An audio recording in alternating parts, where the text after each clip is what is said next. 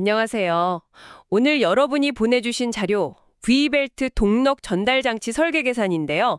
이걸 좀 깊이 파고 들어보겠습니다. 네, 반갑습니다. 모터 동력을 기계로 이렇게 옮길 때 필요한 계산들이 쭉 있던데, 단순히 숫자 풀이만 하는 게 아니라요. 이 계산들 이면에 있는 어떤 원리나 또 이게 실제로는 어떤 의미가 있는지 이걸 좀 함께 파헤쳐 보는 게 오늘의 목표입니다. 네, 좋습니다. V벨트, 이게 정말 많은 기계 시스템에서 아주 핵심적인 역할을 하죠. 오늘 살펴볼 이 개선 과정들이 단순히 그냥 답을 구한다, 이걸 넘어서요. 이 시스템이 얼마나 효율적이고 또 안전하게 작동할 수 있는지 이걸 결정하는 아주 중요한 근거가 됩니다. 보내주신 그 설계 문제를 가지고요. 차근차근 각 단계의 의미를 짚어가면서 이야기 나눠보겠습니다. 좋습니다. 그럼 우선 V벨트. 이름부터가 좀 흥미로운데요. 이게 정확히 어떤 원리로 작동하는 걸까요? 그냥 고무벨트가 모터 힘을 전달한다 이건 알겠는데 왜 하필 V자 모양인지 이게 좀 궁금하네요. 네, 바로 그 V자 단면이 핵심입니다. 벨트가 걸리는 그 풀리 홈도 마찬가지로 V자 형태인데요. 이 둘이 마치 쇠기처럼 딱 맞물리면서 마찰력이 확 커지거든요. 이걸 쇠기 효과, 영어로는 웨지 에펙트라고 부릅니다. 아, 쐐기 효과요? 네, 평평한 벨트보다 훨씬 더 강한 힘으로 풀리를 꽉 잡아주니까 미끄러짐이 적고 더 큰 동력을 전달할 수 있게 되는 거죠. 아하. 그러니까 그냥 평평한 판 위에 손 올리고 미는 거랑 그 좁은 틈새에 손을 쐐기처럼 딱 끼우고 미는 거랑 비교하면 후자가 훨씬 힘을 잘 전달하잖아요. 그런 원리군요. 네, 정확합니다. 비유가 아주 적절하네요. 그 쐐기 효과 덕분에 안정적으로 동력을 전달할 수 있는 겁니다. 이제 그럼 이 벨트에 작용하는 여러 가지 힘, 그리고 장력들을 좀 이해하는 게 중요한데요. 벨트를 그냥 하나의 고무줄이라고 한번 상상해 보세요. 여기에는 여러 종류의 장력이 동시에 작용하고 있거든요. 여러 종류의 장력이요? 어떤 것들이 있죠? 크게 네 가지를 생각해 봐야 합니다. 첫 번째는 긴장측 장력, 이걸 T1이라고 부르는데요. 모터가 벨트를 강하게 당겨서 기계 쪽으로 힘을 전달하는 그 부분의 장력입니다. 가장 팽팽한 상태죠. 네, 힘을 주는 쪽. 그렇죠. 그리고 두 번째는 반대편, 그러니까 기계를 거쳐서 모터 쪽으로 이렇게 느슨하게 돌아오는 쪽, 이완측 장력 T2입니다. 여긴 상대적으로 좀 장력이 약해요. 아, 긴장축이랑 이완축, 장력이 다르군요. 네, 그렇습니다. 그리고 이 둘의 차이, 즉 유효장력 P, 이게 바로 T1 빼기 T2인데요. 이 P가 실제로 기계를 돌리는 순수한 힘이 됩니다. 우리가 줄다리기 할 때 양쪽 힘 차이만큼 줄이 움직이는 것과 같아요. 아, 순수한 알짜 힘이네요. 맞습니다. 그리고 마지막으로 허용장력 TT라는 게 있어요. 이건 벨트 자체가 물리적으로 안전하게 견딜 수 있는 최대 장력입니다. 그래서 어떤 경우에도 아까 그 긴장측 장력 T1이 이 허용장력 TT를 넘으면 안 돼요. 벨트가 끊어질 수도 있으니까요. 네 가지 장력 T1, T2, PTT. 그런데 아까 자료 보니까 원심력에 의한 장력이라는 것도 있던데요? TC라고? 이건 또 뭔가요? 아주 중요한 부분입니다. 그거 빼놓을 뻔했네요. 네, 원심력에 의한 장력 TC가 있습니다. 벨트가 엄청 빠르게 회전하다 보면 원심력 때문에 바깥쪽으로 막 튕겨나가려는 힘이 생기잖아요. 네네, 그렇죠. 뭐 젖은 수건 돌리면 물 튀는 것처럼요. 맞아요. 바로 그 원리입니다. 이 힘 역시 벨트 전체에 추가적인 장력을 계속 가하게 됩니다. 그렇군요. 근데 이게 동력 전달에 뭔가 도움이 되는 건가요? 아니면 그냥 바로 그게 핵심 포인트입니다. 이 TC, 원심력에 의한 장력은요, 동력 전달에는 전혀 기여하지 못합니다. 전혀요. 아, 네. 오히려 벨트가 견딜 수 있는 그 최대 힘, 아까 말한 허용 장력 TT의 일부를 미리 써버리는 거예요. 뭐랄까 일종의 내부 손실이나 세금 같은 존재라고 보시면 됩니다. 세금이요. 재밌는 비유네요. 네. 벨트의 단위 길이당 무게, W가 무거울수록 그리고 회전 속도 V가 빠를수록 이 낭비되는 장력은 점점 커져요. 특히 중요한데 속도의 제곱에 비례한다는 겁니다. 속도가 2배 빨라지면 원심 장력은 4배나 커져버려요. 4배나요? 와. 그렇죠. 그래서 실제 동력 전달에 사용할 수 있는 그 순수한 장력을 계산할 때는 이 TC를 반드시 먼저 빼고 생각해야 합니다. 와, 속도의 제곱이라니. 이게 고속으로 작동하는 기계일수록 정말 무시 못할 요소겠네요. 이 숨겨진 비용이 커진다는 거니까요. 정말 흥미로운데요. 자, 그럼 이제 이 개념들을 가지고 실제 문제 상황에 한번 적용해 보죠. 주신 자료에 보면 50마력 PS 모터가 1150rpm으로 돌고 이걸로 300rpm짜리 기계를 돌리는 조건이었죠. 네, 맞습니다. 그리고 D형 V벨트를 쓰고 축간 거리는 1.5m, 모터 쪽 풀리 지름이 300mm 이 조건이었네요. 그럼 첫 단계로 벨트 속도부터 계산해야겠군요. 얼마나 빨리 도는지? 맞습니다. 첫 번째 단계는 V벨트의 선속도 V 계산입니다.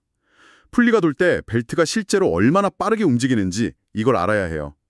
계산 자체는 간단합니다. 풀리 둘레 길이에다가 분당 회전수를 곱하고 단위를 좀 맞춰주면 돼요. 초당 미터로. 공식으로는 V는 파이 곱하기 D1 곱하기 N1 나누기 60 곱하기 1000 이렇게 됩니다. 네. 여기서 D1은 모터 풀리 지름 300mm니까 미터로 바꾸면 0.3m고요. N1은 모터 회전수 1150rpm이죠. 파이는 3.1415 정도 놓고 1000으로 나누는 건 지름 단위를 밀리미터에서 미터로 바꾸는 거고 60으로 나누는 건 분당 회전수 rpm을 초당 회전수로 바꾸기 위한 거죠. 네, 단위 환산. 그럼 제가 계산기를 좀 두드려 볼게요. 3.14159 곱하기 300 곱하기 1150 나누기 60 곱하기 1000. 약 18.06m/s 정도 나오네요. 네, 맞습니다. 약 18.06m/s. 와, 18.06m/s면 시속으로 바꾸면 이게 대략 한 65km/h 정도 되거든요. 그렇죠. 꽤 빠르죠. 아니, 공장 설비 안에 있는 벨트가 이렇게 빨리 움직인다니 생각보다 엄청나네요. 근데 이렇게 빠르면 아까 말씀하신 그 원심력 말고도 벨트가 빨리 닳거나 열이 많이 나거나 하진 않나요? 네. 좋은 질문입니다. 실제로 속도가 빠르면 벨트 마모나 발열이 증가하는 요인이 될 수 있습니다. 당연히요. 그래서 벨트 재질을 뭘로 할지 아니면 냉각을 어떻게 할지 이런 설계에서 그런 점들을 다 고려하긴 합니다. 하지만 지금 이 계산에서는 일단 이 속도가 원심력에 얼마나 영향을 미치는지 그거부터 살펴보는 게 순서겠죠. 그게 다음 단계니까요. 알겠습니다. 그럼 두 번째 단계, 원심력에 의한 부가장력 TC 계산으로 넘어가 보죠. 이 시속 65km라는 속도 때문에 생기는 그 쓸모없는 장력, 이게 얼마나 될까요? 이건 벨트 무게랑 관련이 있다고 하셨죠? 네, 맞습니다. 벨트의 단위 길이당 무게 W와 방금 구한 속도 V를 사용합니다. 문제에서 D형 벨트의 W는 0.56kg/m라고 주어졌어요. 공식은 TC 콜 W 곱하기 V 제곱 G입니다. 여기서 G는 중력과 속도 9.8 ms/s이죠. 이건 힘의 단위를 우리가 보통 쓰는 공학 단위, 킬로그램 힘, 킬로그램 포스로 맞추려고 나눠주는 겁니다. 아, 단위 때문에 G로 나누는 거군요. 네. 그래서 값을 넣으면 TC 이퀄 0.56kg/m 곱하기 18.06 ms 제곱 나누기 9.8 ms/s. 이걸 계산하면 약 18.64kg 포스 정도가 나옵니다. 18.64kg 힘. 이게 바로 그 동력 전달에는 전혀 도움 안 되고 그냥 벨트의 허용 장력만 잡아먹는다는 세금 같은 장력이군요. 정확히 그렇습니다. 벨트가 그냥 휙휙 빠르게 돌기만 해도 이만큼의 장력이 이미 기본으로 걸려있는 상태다 이 말이네요. 맞습니다. 이 18.64kg 포스는 벨트가 가진 힘의 잠재력을 그냥 갉아먹는 요소인 거죠. 자, 그럼 이 사실을 딱 기억하고 이제 벨트 한 가닥이 실제로 전달할 수 있는 힘, 즉 마력을 계산해 보겠습니다. 이게 아마 오늘 계산에서 제일 중요한 부분일 겁니다. 네, 정말 궁금합니다. 그래서 이 벨트 한 가닥, 얘가 실제로 얼마나 일을 할 수 있는 건가요? 자, 이것도 몇 단계를 좀 거쳐야 하는데요. 먼저 실제로 사용 가능한 최대 긴장직 장력을 구해야 합니다. D형 벨트의 허용 장력, TT, 그리고 벨트가 버틸 수 있는 최대 힘은 86kg 포스라고 문제에 주어졌어요. 이게 벨트의 물리적인 한계죠. 네, 86kg 포스. 하지만 아까 계산한 세금, TC가 18.64kgf였죠? 이걸 빼야 합니다. 따라서 긴장측에 최대로 걸릴 수 있는 장력, T1은 86 빼기 18.64 해서 67.36kgf가 됩니다. 아, 최대 67.36kgf까지? 네. 이 이상 힘을 주면 벨트 수명에 문제가 생기거나 심하면 끊어질 위험이 있다는 뜻이죠. 허용 장력에서 원심 장력을 빼서 실제 사용할 수 있는 최대 장력을 구한다. 네, 이해했습니다. 다음은요? 다음은 실제로 기계를 돌리는 힘, 즉 유효장력 P를 계산해야 합니다. P가 T1, T2라고 했었죠. 네, 긴장측배기 이완치. 그렇죠. T1의 최대값은 67.36kgF로 이제 알았으니까 T2를 알아내야 P를 구할 수 있겠죠. 문제에 주어진 값 중에 보면 2의 뮤승, 2뮤 이퀄 3.43 이라는 값이 있습니다. 네, 있었어요. 이게 뭔가 했네요. 이게 뭐냐면요. 벨트랑 풀리 사이의 마찰 특성이나 벨트가 풀리에 감긴 각도 같은 것 때문에 생기는 건데 간단히 말하면 긴장측 장력 T1과 이완측 장력 T2의 비율을 나타내는 값입니다. 즉 T1, T2 이퀄 3.43이라는 의미예요. 여기서 뮤는 마찰 계수랑 관련이 있고 2는 자연 로그의 밑인데 뭐 복잡한 물리적인 관계를 이 것 하나로 딱 요약해 놓은 거죠. 아하, 이 뮤의 3.43, 이게 그냥 주어진 숫자가 아니라 벨트랑 풀리 사이의 마찰이나 접촉 상태를 알려주는 중요한 지표였군요. 이걸 이용해서 T2를 알 수 있겠네요. 맞습니다. 정확합니다. T2는 T1 디와이드도 3.43이 되는 거죠. 그럼 T1의 최대값인 67.36kgF를 사용하면 그때 왜 T2는 67.36 나누기 3.43 하면 약 19.64kg 정도가 됩니다. 네, 약 19.64kg. 따라서 최대 유효장력 P는 T1, T2니까 67.36 곱하기 19.64 이퀄 47.72kgF가 됩니다. 47.71kg. 네, 이 47.72kgF가 벨트 한 가닥이 최대로 전달할 수 있는 순수한 힘인 겁니다. 오, 드디어 나왔네요. 순수하게 일하는 힘. 47.71kg. 그럼 이걸 이제 마력으로 바꾸면 되는 건가요? 네, 이제 거의 다 왔습니다. 마지막 단계는 이걸 마력 PS로 변환하는 겁니다. 마력은 인율의 단위잖아요. 1ps는 75kg의 힘으로 물체를 1초에 1m 들어올리는 능력, 그 정도의 일을 의미합니다. 그래서 공식은 간단해요. 마력 이퀄 유효장력 P kg 곱하기 벨트 속도 V m/s 나누기 75입니다. 아, P 곱하기 V 나누기 75. 네, 계산해 보면 벨트 1개당 전달 마력 HP0는 47.72kg 곱하기 18.06 m/s 나누기 75 이렇게 되죠.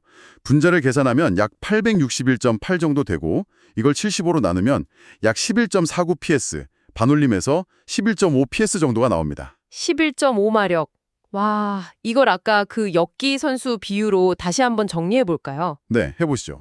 선수의 최대 근력, 허용 장력 T는 86kg인데 항상 18.64kg짜리 모래주머니를 차고 있어서 실제로 사용할 수 있는 최대 힘, 긴장측 최대 장력 T1은 67.36kg인 거죠. 그렇죠. 근데 역기를 딱 들려고 하는데 누가 반대쪽에서 19.64kg 이완측 장력 T2만큼 살짝 방해하듯이 탱기고 있는 거예요. 이건 마찰 특성 T1, T2 비율 때문이고. 네네. 그래서 결국 역기에 가해지는 순수한 알짜 힘, 유효장력 P는 47.72kg이 되고 이 힘으로 18.06m/s이라는 엄청난 속도로 역기를 번쩍 들어올리니까 약 11.5마력의 파워를 내는 셈이다. 와, 이 비유가 계산 과정을 따라가는 데 도움이 많이 되는 것 같습니다. 네, 아주 적절한 비유입니다. 각 요소들이 최종 전달 마력에 어떻게 영향을 미치는지 잘 보여주네요. 자, 이제 정말 거의 다 온 것 같아요. 필요한 총 동력이 50ps인데 벨트 하나가 약 11.5ps를 낼 수 있다. 그럼 단순하게 50 나누기 11.5 하면 답이 나올까요? 아, 근데 자료의 마지막으로 부하수정 계수 K라는 게 있었어요. K는 0.75. 이건 또 뭘까요? 맞습니다. 그냥 나누면 안 되고 마지막으로 고려해야 할 때 바로 이 부하 수정 개수입니다. 여기서는 K는 0.75로 주어졌죠. 이건 일종의 안전율, 세이프티 팩터 같은 개념이라고 보시면 돼요. 안전율이요? 네, 실제 기계가 돌아가는 환경은 우리가 계산할 때 가정한 이상적인 조건과는 좀 다르잖아요. 갑자기 부하가 확 걸릴 수도 있고 진동이나 충격이 생길 수도 있고요. 그래서 이 부하 수정 계수는 이런 예측하기 어려운 실제 운전 조건을 고려해서 벨트가 이론적으로 낼 수 있는 성능의 100%를 다 쓴다고 보지 말고 여기서는 한 75% 정도만 안전하게 발휘한다고 가정하고 설계를 하라, 이런 의미입니다. 좀 여유를 두라는 거죠. 아하, 이론적인 최대 성능에다가 일종의 할인율을 적용하는 거군요. 현실적으로 안전 마진을 확보하는 거네요. 그렇다면 벨트 한 개가 진짜로 안전하게 전달할 수 있는 마력은 11.5ps에 0.75를 곱해서 8.625ps라고 봐야겠군요. 네, 맞습니다. 이제 정말 최종 단계입니다. 필요한 총마력 50ps를 벨트 한 개당 안전하게 전달 가능한 마력 8.625ps로 나누어서 필요한 벨트 가닥수 Z를 구하면 됩니다. Z는 50ps, 8.625ps, 약 5.79가닥 이렇게 나오죠. 5.79 가닥. 근데 벨트를 5.79개 걸 수는 없잖아요?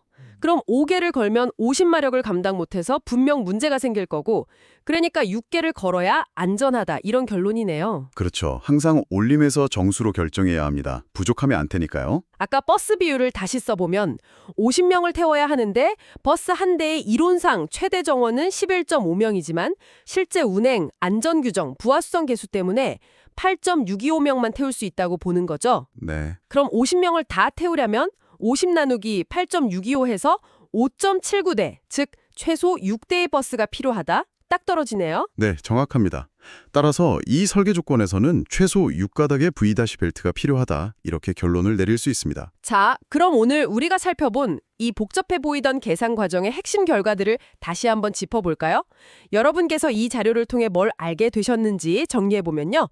첫째, 벨트는 시속 65km에 달하는 상당히 빠른 속도 18.06m/s로 움직이고 있었다는 거. 네, 생각보다 빨랐죠. 둘째, 이 빠른 속도 때문에 원심 장력 18.64kgf라는 숨겨진 비용 또는 세금 같은 게 발생하고 이게 실제 동력 전달 능력과는 전혀 상관없이 벨트가 버틸 수 있는 힘의 일부를 그냥 소모시킨다는 점. 맞습니다. 그게 중요한 포인트였죠. 셋째, 이 원심 장력이랑 마찰 조건 같은 걸 다 고려했을 때 벨트 1개당 실제로 전달 가능한 최대 마력 HP0는 약 11.5ps였다는 것. 네, 계산 결과가 그랬죠. 그리고 마지막으로 실제 운전 환경의 어떤 불확실성, 이걸 고려한 안전율, 부하수정 계수 K는 0.75를 적용해서 총 50ps의 동력을 안전하게 전달하기 위해서는 최소 6가닥의 벨트가 필요하다는 결론을 얻었습니다. 이었고 이 속도가 원심력을 결정했죠. 그리고 그 원심력은 우리가 사용할 수 있는 최대 장력을 줄였고 이 줄어든 장력과 마찰 조건에 합쳐져서 벨트 하나당 전달 마력을 결정했습니다. 마지막으로 안전율을 딱 적용해서 최종 벨트 개수를 확정했고요. 이처럼 각 계산 단계는 그냥 따로따로 있는 게 아니라 시스템 전체의 성능과 안전성을 결정하는 아주 유기적인 과정의 일부라는 거. 단순히 공식을 그냥 따라가는 걸 넘어서 각 변수가 최종 결과에 어떤 영향을 미치는지 이해하는 게 핵심입니다. 네, 정말 그러네요. 오늘 V벨트 동력 전달 계산의 단계별 과정과 그 의미를 함께 자세히 파헤쳐 봤습니다. 그 복잡해 보였던 공식들이 왜 필요하고 또 각 숫자가 어떤 물리적인 의미를 담고 있는지 이제 조금 더 명확하게 다가오셨길 바랍니다. 여기서 근데 한 걸음만 더 나아가서 생각해 볼 만한 흥미로운 질문이 하나 떠오르네요. 오, 어떤 거죠? 우리는 주어진 조건에서 필요한 동력을 안전하게 전달하기 위한 최소한의 벨트 수, 즉 6가닥을 계산했잖아요. 네, 그랬죠. 근데 실제 설계 현장이나 유지보수 현장에서 이게 항상 최적의 답일까요? 무슨 말씀이시죠? 예를 들면 초기 설치 비용 같은 것도 생각해야 할 거고 또 벨트랑 풀리가 차지하는 공간에 제약이 있을 수도 있고요. 더 나아가서 벨트의 수명이나 교체 주기를 생각해 보면 어떨까요? 만약에 우리가 계산한 최소치인 6가닥 대신에 조금 더 여유 있게 7가닥을 사용한다고 가정해보죠. 그럼 각 벨트에 걸리는 부담이 줄어들겠죠. 아, 그렇죠. 부하가 분산되니까. 네. 그러면 벨트 수명이 더 길어질 수도 있고 또 벨트를 자주 교체하는 데 드는 비용이나 기계를 멈춰야 하는 시간, 가동 중단 시간을 줄일 수도 있지 않을까요? 어쩌면 장기적인 관점에서 보면 초기 비용이 조금 더 들더라도 7가닥을 쓰는 게 오히려 더 경제적인 선택이 될 수도 있다는 겁니다. 와. 오늘 우리가 다룬 이 계산은 정말 필수적인 기초지만 실제 상황에서는 이런 추가적인 요소들까지 종합적으로 고려하는 좀 더 넓은 시야가 필요하다는 점, 이걸 한번 생각해 보시면 좋겠습니다. 정말 그렇네요. 계산된 그 최소값이 항상 유일한 정답은 아닐 수 있다. 그리고 실제 문제를 해결할 때는 더 많은 변수들이 복합적으로 작용한다는 점을 딱 짚어주시네요. 아주 중요한 지적입니다. 오늘 깊이 있는 분석과 마지막에 이런 통찰력 있는 질문까지 던져주셔서 정말 감사합니다. 아닙니다. 저도 즐거웠습니다.